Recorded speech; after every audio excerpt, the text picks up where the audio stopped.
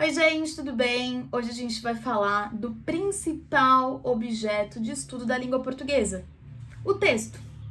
Até os anos 60, o texto não era o principal objeto de estudo da nossa língua, mas sim a gramática. Então era importante se estudar estrutura de palavras, estrutura de frases, porém, a partir dos anos 60 ficou claro que, na verdade, o principal objeto de estudo da língua portuguesa era o texto. Eu posso começar dizendo para vocês que texto é tudo aquilo a que a gente atribui sentido. Então, um texto pode ser verbal, só com palavras, visual, apenas uma imagem, ou verbo visual, onde a gente mistura texto com imagem numa linguagem mista.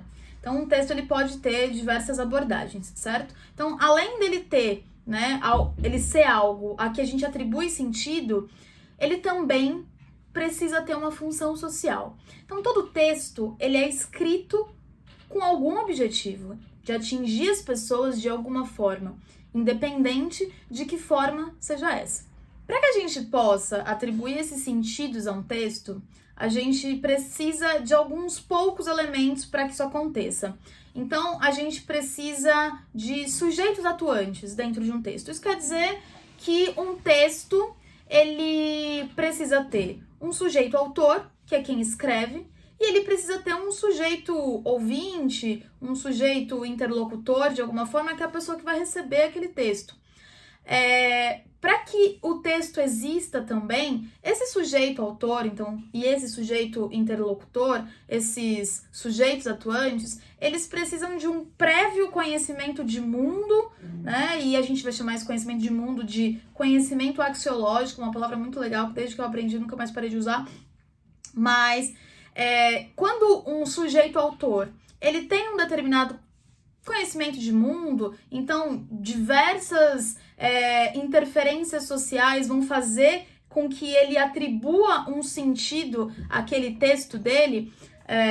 Uma pessoa que vive, por exemplo, em um país, ela não vai escrever o mesmo texto com a mesma abordagem cultural, por exemplo, de uma pessoa que vive num outro país, num outro continente. Então, assim, isso é um exemplo, assim, a posição geográfica é um exemplo de influência social para que um texto tenha uma determinada função a partir da sua escrita, né, feita pelo seu sujeito autor. Mas também, para a gente ter a construção de sentido completa desse texto, a gente também depende da pessoa que vai receber esse texto. Então, desse sujeito receptor, esse sujeito interlocutor, esse sujeito ouvinte, que é a pessoa que vai ter contato com esse texto que vai ser escrito. E os conhecimentos de mundo dessa pessoa, as influências sociais que constroem ali o eu dela, também vão ser importantíssimas para que esse interlocutor atribua sentido ao texto. Então, existe uma codependência entre esses sujeitos atuantes para que esse texto exista e para que, depois desse processo, a gente chegue até a chamada função social desse texto, né? Que é para que aquele texto foi escrito. Vamos pegar, por exemplo, um discurso político. Um discurso político, ele tem sujeitos atuantes. Então, ele tem um autor, um sujeito autor, que é o político que vai fazer esse discurso, e ele tem sujeito receptor, sujeito ouvinte, ele tem o seu interlocutor, que são as pessoas que estão assistindo aquele discurso. Quando um político, dentro de um discurso, ele utiliza, por exemplo, uma primeira pessoa do plural, a palavra nós, ele está colocando ele e os seus interlocutores numa mesma situação, né? No mesmo lugar. Isso quer dizer que é um lugar onde todos têm o mesmo ideal, né? E aí a gente vai chegar à função social desse texto, que é defender esses ideais, né? Então, assim, pequenos instrumentos que a gente utiliza dentro de um texto vão fazer com que a gente chegue a essa função social do texto, que nesse caso aqui do discurso político seria defender um determinado ideal. Outra coisa muito importante que a gente pode, inclusive, utilizar o discurso político como exemplo é a situação comunicativa em que aquele texto está inserido. Então, a situação comunicativa, ela diz respeito a quem? Aos sujeitos atuantes, então ao autor do texto e o interlocutor desse texto, que a gente já falou quem é. Também diz respeito ao espaço onde aquele texto vai circular e o objetivo daquele texto. Então, quando a gente une sujeitos atuantes, né? Então, autor e interlocutor, espaço onde aquele texto está circulando, que seja na rua, no caso de um discurso político, numa praça, na periferia, por exemplo.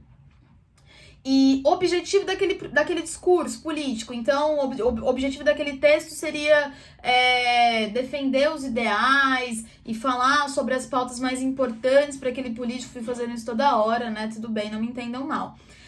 Quando a gente une essas três coisas, a gente chega numa coisa muito importante para o texto, que é gênero.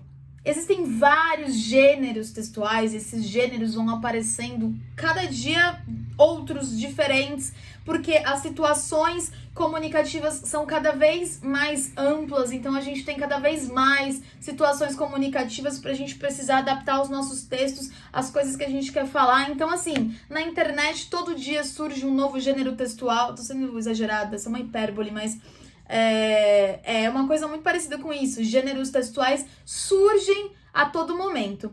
E todos esses gêneros textuais, seja um romance, um conto, um discurso político, uma foto, uma reportagem, uma notícia, uma biografia, enfim, muitas coisas. Todos esses gêneros textuais, eles estão incluídos numa coisa chamada tipologia textual. Às vezes, um gênero textual, ele pode ter mais de uma tipologia textual, mas as tipologias são meio que assim, os carros-chefes que vão definir onde cada gênero pode estar incluído, e elas não são tão, diversas quanto os gêneros textuais.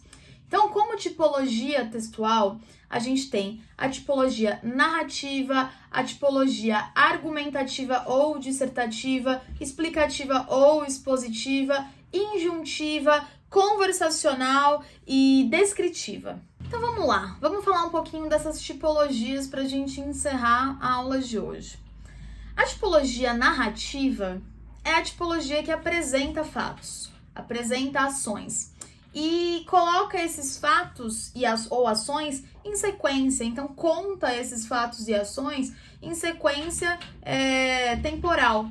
E gêneros que estão muito ligados a essa tipologia narrativa são contos, romances, novelas, enfim, que são, geralmente gêneros que contam fatos, contam essas ações e que vão colocando esses fatos e ações dentro de uma ordem aí cronológica ou psicológica, aí indifere, é uma ordem temporal. Outra tipologia é a tipologia descritiva.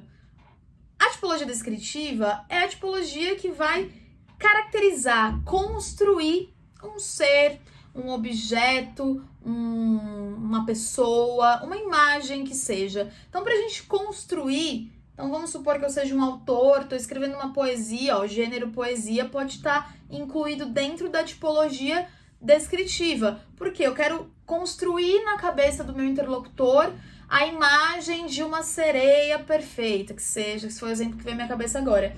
Então, eu começo a dar características, várias características de cor, de pele, de cabelo, de olhos, de tom da voz, e eu vou construindo essa imagem dessa sereia na imaginação, dentro do imaginário ali do meu interlocutor. Então isso seria uma tipologia narrativa. E o gênero dentro dessa tipologia seria uma poesia. Neste caso, o gênero poesia é um exemplo de milhares de exemplos, sei lá, uma divulgação de artigo científico, diversos gêneros podem estar dentro dessa tipologia narrativa. Tem uma outra tipologia, que é a tipologia argumentativa ou dissertativa, que é a tipologia que todo mundo conhece, que é aquela tipologia onde a gente dá a nossa opinião sobre determinado fato, sobre determinado acontecimento, sobre determinado evento, e a gente defende a nossa opinião através da argumentação. Então, você diz que 2 mais 2 são 4, mas você vai argumentar do porquê que você acha que é aquilo. Pode vir alguém e refutar a sua argumentação. Aí, enfim, é um exemplo meio esdrúxulo, mas é assim que funciona. E qual é o gênero textual que a gente conhece? Tá cansado, tá careca, tá velho, tá exausto de saber que tá dentro dessa tipologia dissertativa ou argumentativa. Tem, servem os dois nomes para ela. A gente conhece o quê?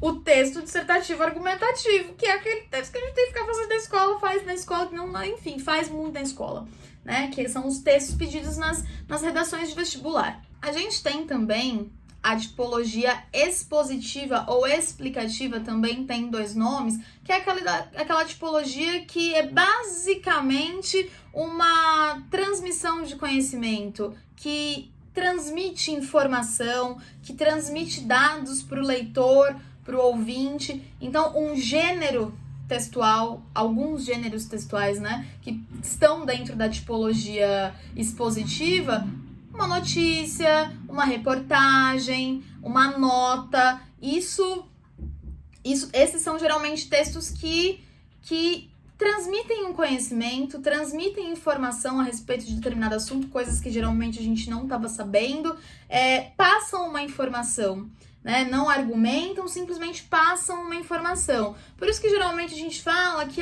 o jornalismo ele é imparcial, porque em teoria ele não poderia ser argumentativo, não poderia ter uma inclusão de opiniões e argumentos a respeito daqueles fatos que vão ser noticiados. Não é sempre isso que acontece, mas é por isso que a gente chama um texto jornalístico de um texto imparcial, porque ele é simplesmente, na teoria, um texto que deveria transmitir o conhecimento a respeito daquela informação que está sendo passada. Mais nada. E por fim, a gente tem a tipologia conversacional, que é a tipologia produzida por falas.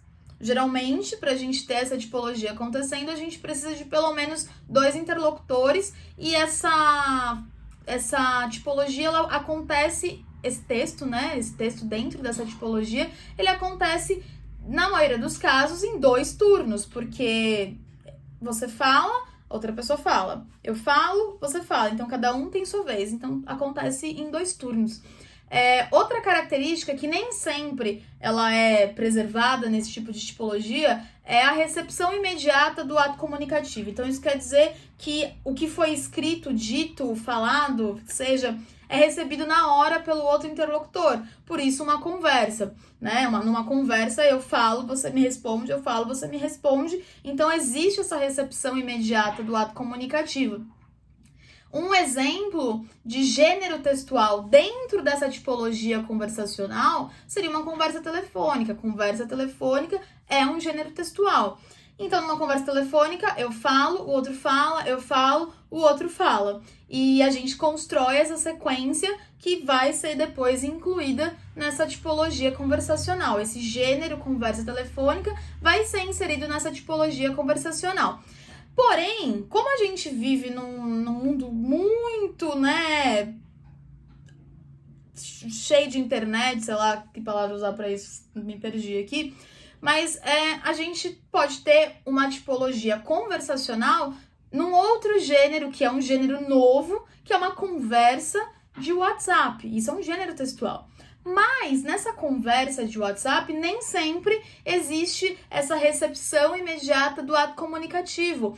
Então nem sempre a pessoa que manda uma mensagem, ela vai saber que a outra pessoa recebeu a mensagem na hora e vai ser respondida na mesma hora. Acontece isso algumas vezes? Acontece. Mas a gente já percebe que nesse gênero textual, que é a conversa de WhatsApp, não tem, algumas vezes, essa característica da tipologia conversacional, que é a recepção imediata. Então, a gente vai ter uma mutação. É óbvio que vai ter uma mutação, porque, assim, essas tipologias textuais, elas não existem a partir de ontem, assim, desde ontem. Elas existem há muito tempo, antes de existir conversa de WhatsApp. Então, essas características vão acabar se transformando. E é isso, gente. Essa foi a primeira parte sobre texto, leitura e texto que a gente está trabalhando. A gente vai fazer isso em uma segunda parte, falar um pouquinho de coesão e coerência, que são coisas muito importantes para o texto também. Mas por hoje a gente vai ficar por aqui.